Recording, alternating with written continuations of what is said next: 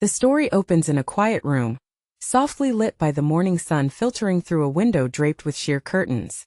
The air is filled with the faint scent of fresh ink on paper, mingling with the subtle warmth of worn pages from a well-used journal resting on the desk.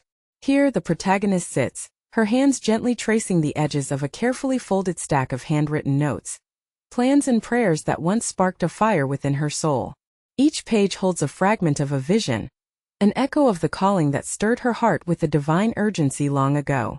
She remembers the early days vividly, the surge of excitement as she first felt the whisper of God's purpose, the clarity of direction as she laid out her hopes for a ministry that could touch lives and bring healing. The sketches of ideas were bold and beautiful, plans for outreach, for teaching, for moments of connection that would ripple far beyond the walls of this quiet room. Her spirit soared with the possibilities, and she embraced the challenge with a fervor that seemed unshakable. Yet now, as her fingers linger on the paper, the weight of those unfinished dreams presses down. The plans remain scattered, the prayers half-spoken, and the ministry she once envisioned feels like a distant echo, incomplete and unresolved. The space around her is filled not with the vibrant energy of fulfilled purpose, but with a quiet stillness that speaks of hesitation and pause. It's a silence heavy with questions and the unspoken tension of a calling left on hold. This unfolding tension introduces a puzzle that many who hear God's call may recognize: the mystery of ministries that begin with passion but never reach completion.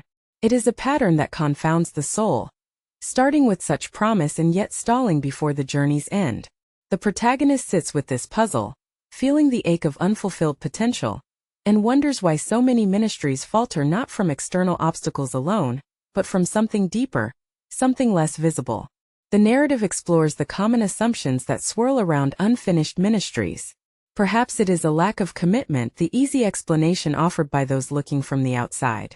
Or maybe life's demands, family, work, unexpected trials, have simply pulled her away. These reasons are familiar, and they carry some truth, but the protagonist senses they do not capture the full story. The real barrier, she begins to understand, lies beneath the surface, hidden in the shadows of the heart and spirit. Within her, there is a stirring unease, a spiritual tension that refuses to be ignored. It is the subtle but persistent weight of an unfinished calling, a ministry paused in mid-flight.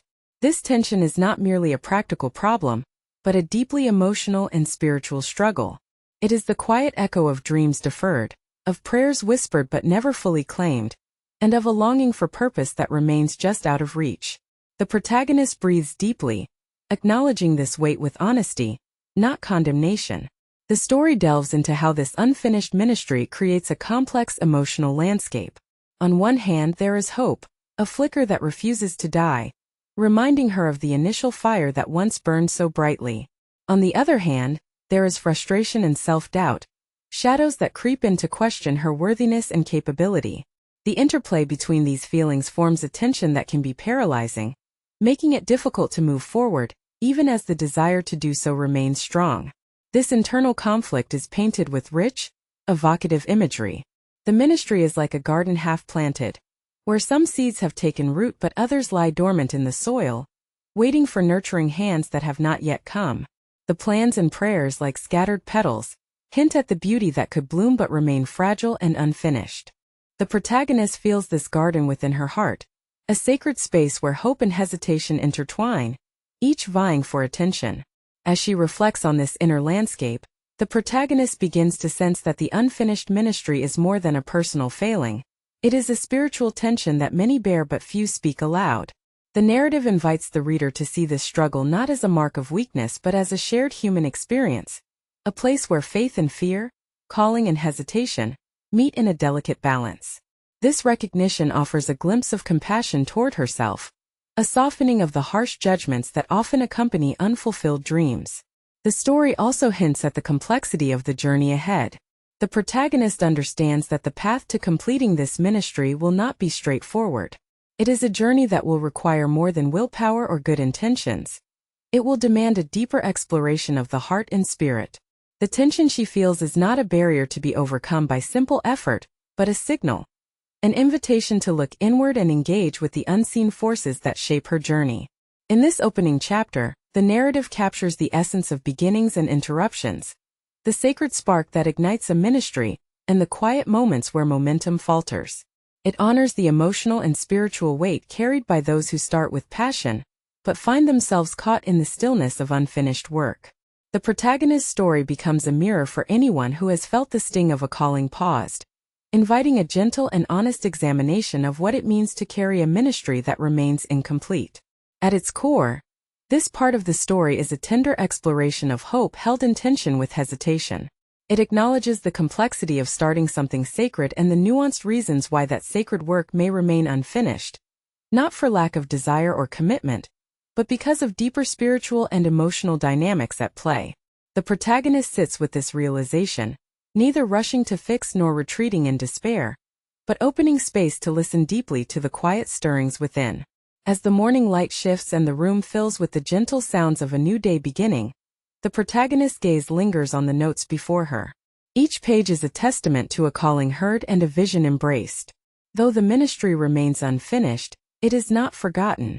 The story holds this moment of stillness with reverence, recognizing it as the sacred ground where the journey pauses, waits, and quietly prepares for what is yet to come.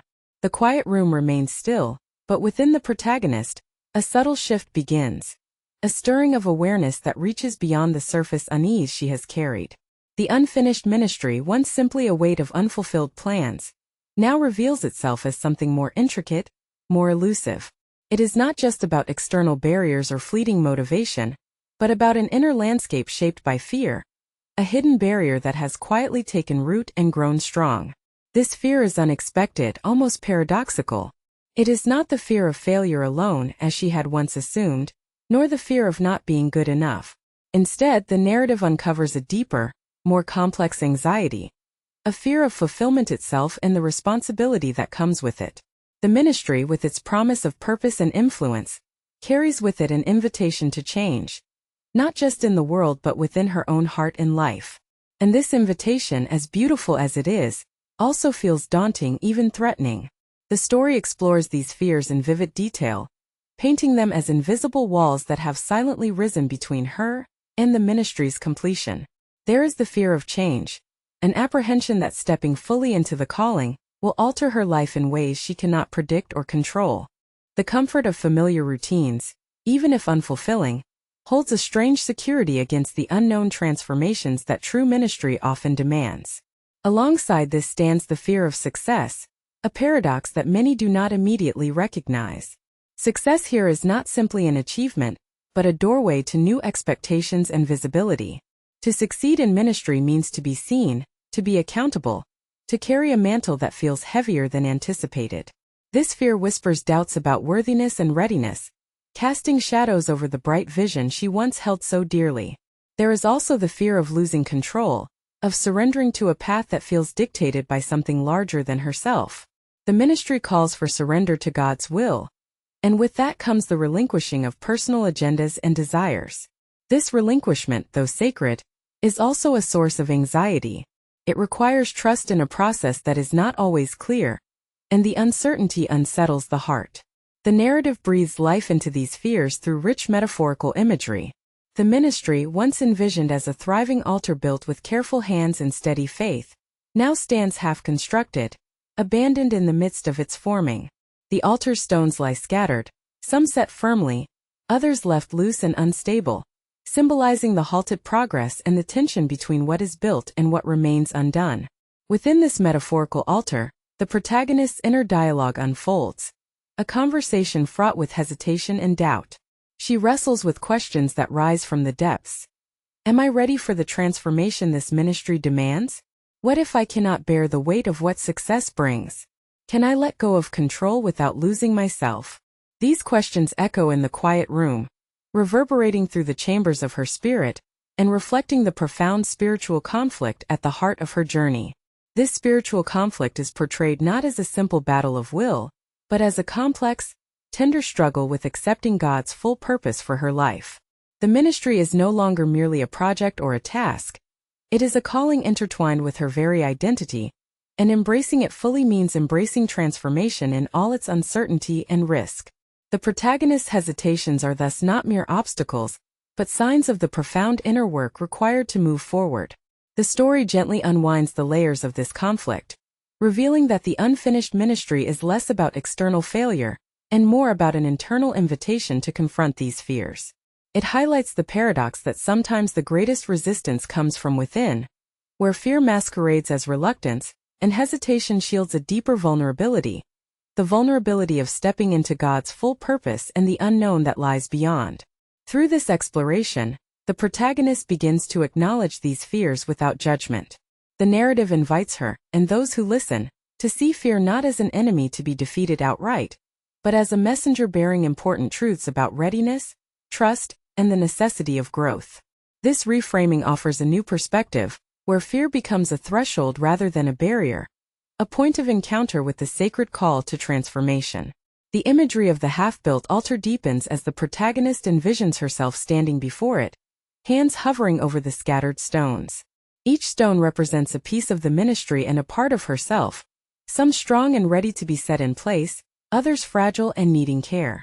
The altar's incompletion is no longer a mark of failure, but a sacred space where healing and renewal can begin. In this moment of silent contemplation, the protagonist's inner voice begins to shift from resistance to curiosity. She asks, what if these fears are not walls but doors? What if facing them is the path to completing the altar, to fulfilling the ministry? This question does not bring immediate answers but opens a space for deeper reflection, a willingness to explore the fears that have long held her back. The narrative also brings to light the spiritual dimension of this inner struggle. It portrays the fears as part of a larger divine process, God's way of preparing her heart for the magnitude of the calling. The ministry, with all its challenges, is framed as a sacred journey of transformation, where fear and faith dance together, shaping the contours of a life surrendered to God's purpose. Throughout this exploration, the protagonist's emotions are rendered with intimacy and honesty. Moments of doubt are met with gentle self-compassion, and the tension between hope and fear is acknowledged as a natural part of the spiritual journey. The story honors the complexity of this inner terrain, recognizing that growth often unfolds through wrestling with fear, rather than bypassing it. As the scene lingers on the half-built altar and the scattered stones, the protagonist senses the first stirrings of courage, not a loud or sudden bravery, but a quiet, steady willingness to face what has been hidden. The fear remains, but it no longer holds absolute power. Instead, it becomes a companion on the path, a signpost pointing toward the deeper work required to complete the ministry. This part of the narrative closes with the protagonist still standing before the altar, hands now resting gently on a stone that feels solid and true. The unfinished ministry is no longer a source of shame or defeat, but a sacred invitation to engage with the fears that have shaped her journey. It is a tender moment of recognition, a pause charged with the possibility of transformation that lies just beyond the threshold of fear. In the quiet that follows the recognition of fear, a subtle transformation begins to take shape within the protagonist's heart. The unfinished ministry, once a source of heavy frustration and hesitation, now emerges in a new light, not as a failure to lament, but as a divine invitation to deeper discovery and courage. This shift does not erase the challenges or silence the doubts, but it reframes the entire journey as an opportunity to confront what has remained hidden in the shadows. The narrative centers on this pivotal moment of revelation, where the protagonist begins to see the unfinished ministry not as a mark of defeat, but as a sacred turning point. The ministry itself, with all its complexities, becomes a mirror reflecting the state of her own spirit, an invitation to engage with the fears and doubts that have quietly stalled progress. It is here that the struggle takes on a new meaning, not merely about completing tasks or meeting goals, but about embracing God's transformative work within her heart. She sits quietly, eyes closed, allowing the stillness to hold her. In this space, the fears that once seemed insurmountable begin to lose their oppressive weight. Instead, they appear as invitations to listen more deeply, to ask the questions that lead beyond hesitation. The narrative invites the reader to witness this sacred dialogue, a conversation between the longing to move forward and the fears that seek to hold her back. The protagonist's inner voice becomes clearer, more compassionate. She acknowledges the fear of change, the uncertainty of success, and the surrender of control not as enemies but as thresholds to be crossed. This recognition opens a door to healing, where fear is met with understanding rather than resistance. The ministry, once a source of paralysis, now pulses with renewed possibility. Practical insights gently weave through this spiritual awakening. The protagonist senses the need for prayerful reflection, a sacred practice that invites God's guidance into the tangled emotions and scattered plans. In moments of quiet prayer, she begins to discern the subtle movements of grace that beckon her forward. This prayer is not a hurried plea for answers but a patient listening, a willingness to be shaped by the Spirit's gentle touch. Seeking spiritual guidance emerges as another vital step in this journey.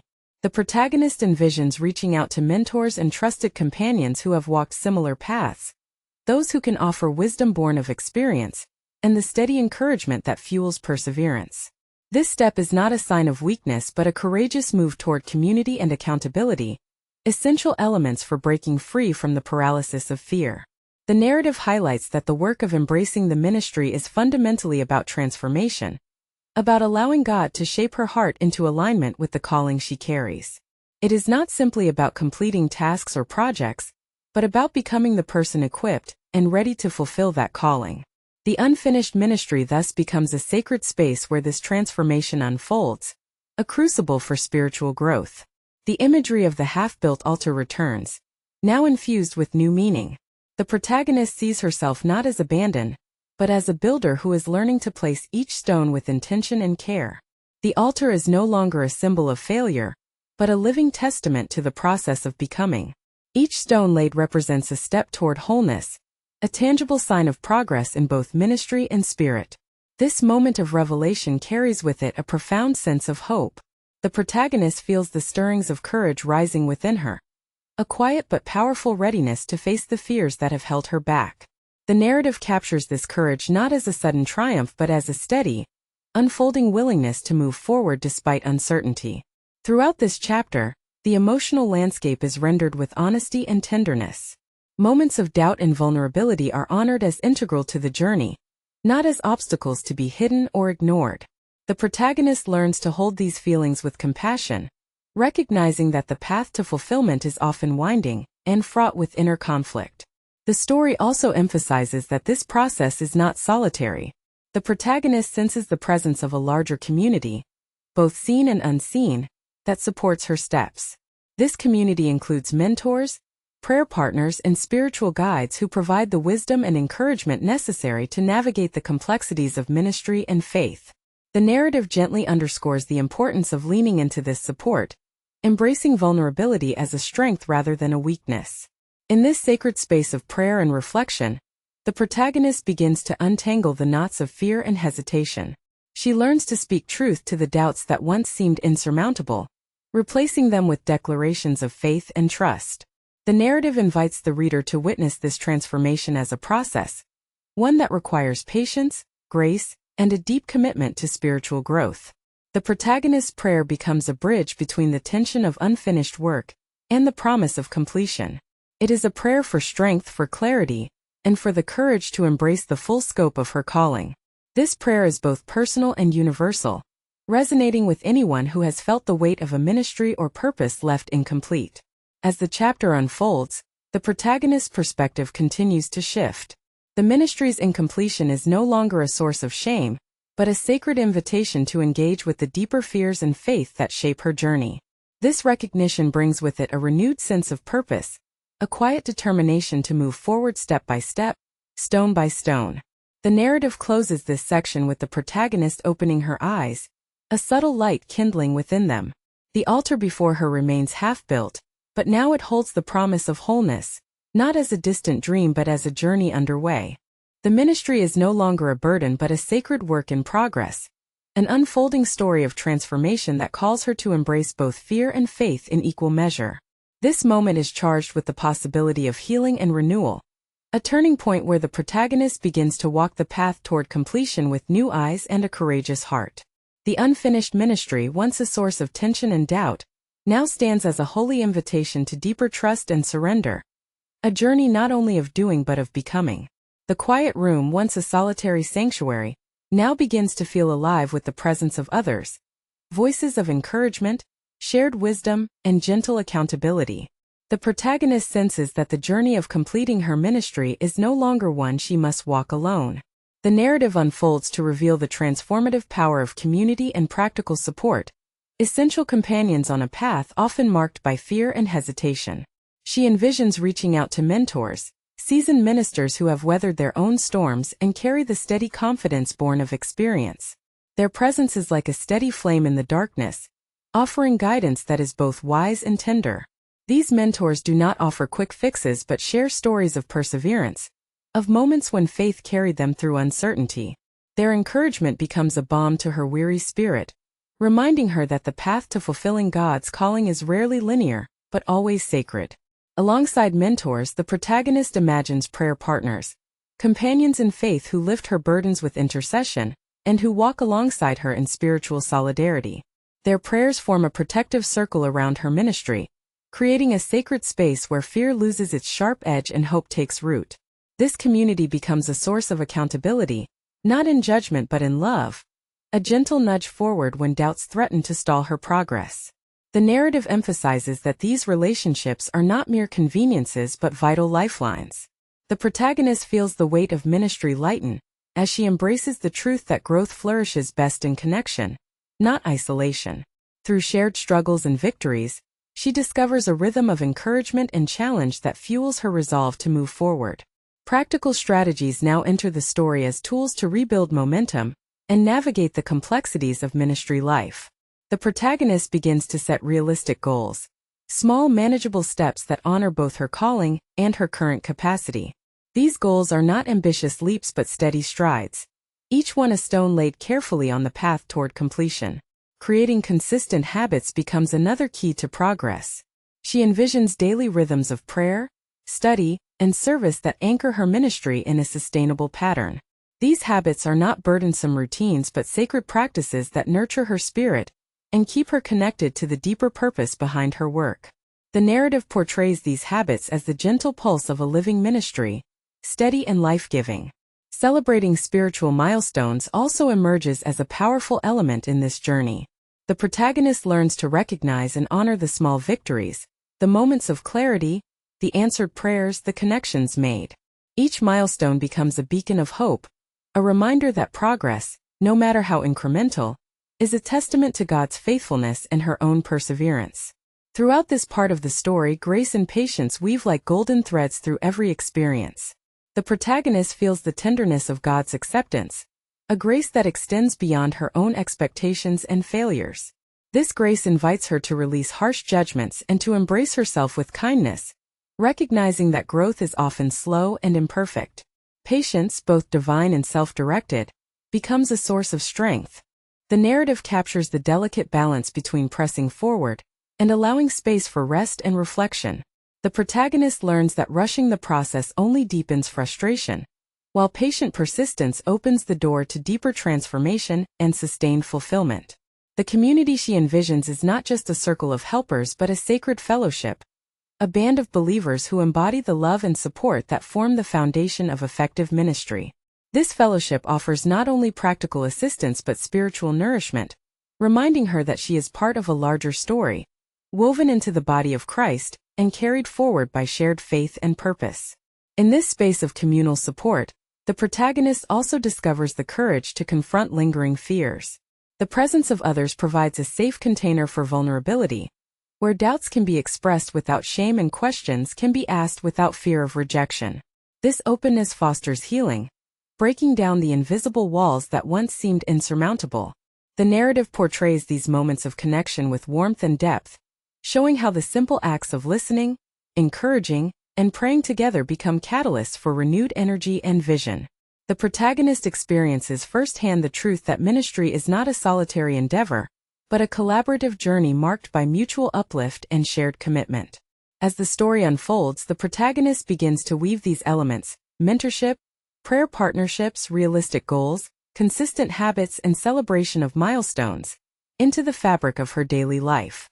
This integration is not seamless or easy. It requires intentionality and courage. Yet, with each step, the ministry's once fragmented pieces begin to align, forming a cohesive whole that reflects both her calling and her capacity. The narrative also highlights moments of struggle, acknowledging that setbacks and discouragement are part of the process. However, within the safety of community and the framework of grace, these challenges are met with resilience rather than despair. The protagonist learns to view obstacles as opportunities for learning and growth, trusting that each difficulty carries a seed of transformation. Throughout this chapter, the emotional texture remains rich and nuanced. The protagonist's journey is marked by both vulnerability and strength, moments of doubt and bursts of hope. The story honors the complexity of this path, resisting simplistic answers and instead embracing the messy, beautiful reality of ministry that unfolds in real time. In the quiet pauses between action and reflection, the protagonist senses a deepening trust, not only in the process but in the God who guides it. This trust, nurtured by community and spiritual discipline, becomes the foundation upon which she builds her ministry anew. It is a trust that holds steady amid uncertainty and fuels the courage to keep moving forward. The imagery of the half-built altar returns, now alive with the presence of others gathered around it. Each stone laid is supported by hands beyond her own, a testament to the power of communal effort and shared faith. The altar is no longer a solitary symbol of incompletion, but a living monument to the journey of growth, sustained by grace, patience, and the strength found in fellowship. As the chapter draws to a close, the protagonist feels a renewed sense of hope and purpose. The ministry remains a work in progress, but the path forward is clearer and more inviting. With the support of mentors and prayer partners, the structure of goals and habits, and the embrace of grace and patience, she steps more confidently into the unfolding story of her calling. This moment is not a conclusion but a turning point. A space where the ministry, once stalled by fear and isolation, begins to flourish through connection, intentionality, and spiritual resilience. The narrative holds this moment with reverence, recognizing it as a vital step toward wholeness and fulfillment in the sacred work entrusted to her hands. The morning light spills warmly across the worn pages of the protagonist's journal, now filled with reflections, prayers, and renewed plans. The ministry that once stood half-built, burdened by fear and hesitation, now stretches before her as a sacred journey ready to be embraced with courage and community. In this transformative moment, she steps into a new chapter, not just of ministry but of life itself, marked by faith renewed and purpose reclaimed. The story invites the protagonist, and through her, all who have felt the weight of unfinished dreams, to embrace the journey of finishing the ministry with boldness and grace. This invitation is tender yet urgent, encouraging her to move beyond the shadows of doubt into the light of God's calling. The ministry, no longer a source of shame or frustration, becomes a sacred space for growth, healing, and transformation. She feels the support of a faith community surrounding her, a fellowship of believers who walk alongside her with hands outstretched, offering prayers, wisdom, and encouragement. This community is not merely a backdrop but a vital force, a living network that sustains and propels her forward. The narrative paints this fellowship with vivid warmth, showing how shared purpose and mutual support create a foundation strong enough to bear the challenges ahead. Within this community, the protagonist finds the freedom to be vulnerable and authentic. She is reminded that ministry is not about perfection but about perseverance, not about flawless execution but about faithful presence. This realization lifts a heavy burden, replacing it with a sense of peace and empowerment. The unfinished ministry is now understood as a sacred work in progress, an unfolding story shaped by grace and perseverance. The narrative also underscores the transformative power of faith in this journey. The protagonist's trust in God deepens, anchoring her in the midst of uncertainty and difficulty. She learns that faith is not a shield against struggle, but a steady hand that guides through it. This faith fuels her courage to step forward, to lay each stone of the ministry with intention and hope, even when the path ahead is not fully visible. Perseverance becomes a defining theme, a commitment to continue despite obstacles, to hold fast to the calling, even when the way is hard. The protagonist embraces this perseverance as an act of worship, a tangible expression of trust in God's timing and purpose. Each step taken is a declaration that the ministry matters, that the calling is worthy of pursuit, and that the journey itself is sacred. The narrative weaves these themes together with rich imagery and heartfelt reflection. The half-built altar, once a symbol of incompletion and fear, now shines as a beacon of hope and resilience. Each stone set in place is a testament to the protagonist's courage, the community's support, and God's faithfulness. The altar stands not only as a ministry fulfilled, but as a monument to the transformative power of shared struggle and divine grace. The protagonist's journey becomes a powerful testimony, a story that can inspire others who wrestle with their own unfinished ministries. The narrative invites those listeners to join in the journey, to find solidarity and strength in knowing they are not alone. This shared experience becomes a source of encouragement, offering hope that deliverance from procrastination and fear is possible through faith, community, and perseverance. As she steps forward with renewed resolve, the protagonist carries with her the lessons learned, the importance of self-compassion, the necessity of spiritual practices, and the vital role of supportive relationships. These elements form a sacred toolkit, equipping her to navigate the complexities of ministry and life with grace and intention. The story lingers on a moment of quiet prayer, where the protagonist lifts her hands in surrender and gratitude. This prayer is both an ending and a beginning, a heartfelt offering of herself and her ministry into God's hands, trusting in the journey ahead. It is a prayer that echoes beyond the room, resonating with all who seek to finish what they have begun with courage and faith. In this sacred space, the narrative captures the essence of deliverance, the release from the silent burden of procrastination, the breaking of invisible chains that have held her back. The protagonist feels the lightness of freedom, a renewed creative spirit, ready to move forward with intention and joy. This deliverance is not a solitary victory, but a communal celebration, shared with those who have supported and believed. The ministry, once unfinished and fraught with fear, now stands as a living testament to transformation. It embodies the power of faith to overcome doubt, the strength of community to sustain hope, and the grace of God to renew purpose. The protagonist's story closes this chapter not with an ending but with an open door, a call to action that invites others to step forward boldly, to complete their ministries, and to inspire through their testimonies. This call to action is a beacon of hope, a reminder that no ministry is ever truly abandoned when it is held in faith and nurtured by community. The narrative leaves the protagonist poised on the threshold of fulfillment, ready to embrace the sacred work ahead with courage, perseverance, and a heart open to God's unfolding plan. It is an invitation to all who hear her story to join in this journey of deliverance and completion, to transform unfinished ministries into powerful testimonies of grace and purpose. If you loved the story, like the video and subscribe.